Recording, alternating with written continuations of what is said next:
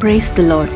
யோவான் 15 அதிகாரம் 8 இவ்வாறாக கூறுகின்றது: நீங்கள் மிகுந்த கனிகளை கொடுப்பதினால் என் பிதா மகிமைப்படுவார், எனக்கும் சீஷராய் இருப்பீர்கள்.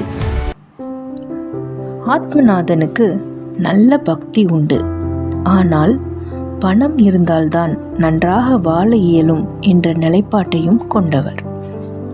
தன்னுடைய மகளுக்கு வரன் தேடின போது பக்திக்கு 2ஆம் இடத்தையும் பணத்திற்கு முதல் இடத்தையும் கொடுத்தார்.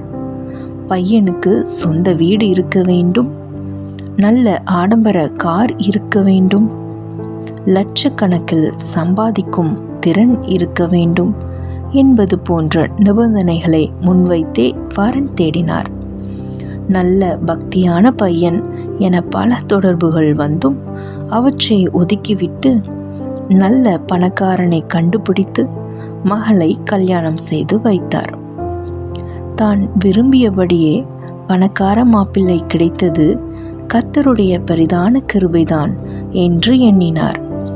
ஆனால் தன் பெண்ணுக்கு பணக்கார மாப்பிள்ளை அமைந்த போதும் பண்புள்ள மாப்பிள்ளை அமையவில்லை என்பதை சில மாதங்களிலேயே அறிய நேர்ந்தது. மகளால் அவனோடு இனி வாழ இயலாது என்ற நிலைமைக்கு வர நேர்ந்தது.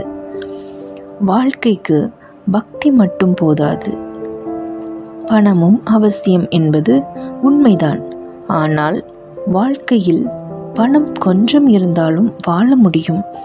ஆனால் பண்புகள் இல்லாவிட்டால் வாழ்வதற்கு பெரிய நெருக்கடிகள் ஏற்படும்.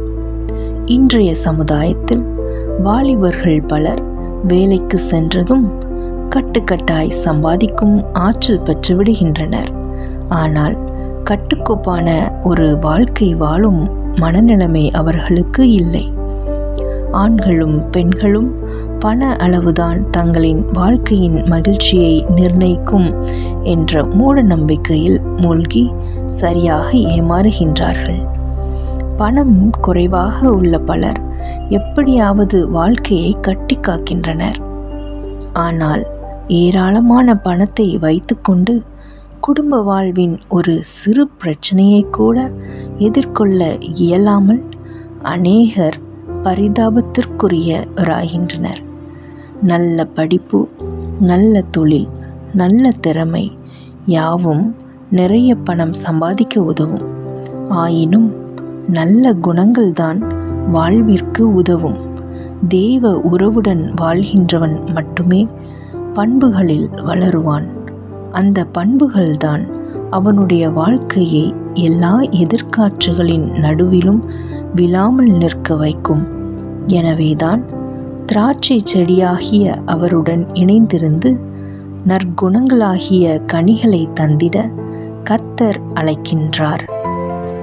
பணம் இல்லாதவர்களின் பண்புகள் அவர்களை விழவிடாது. பண்பில்லாதவர்களின் பணம் அவர்களை வாழ விடாது. ஆமென்.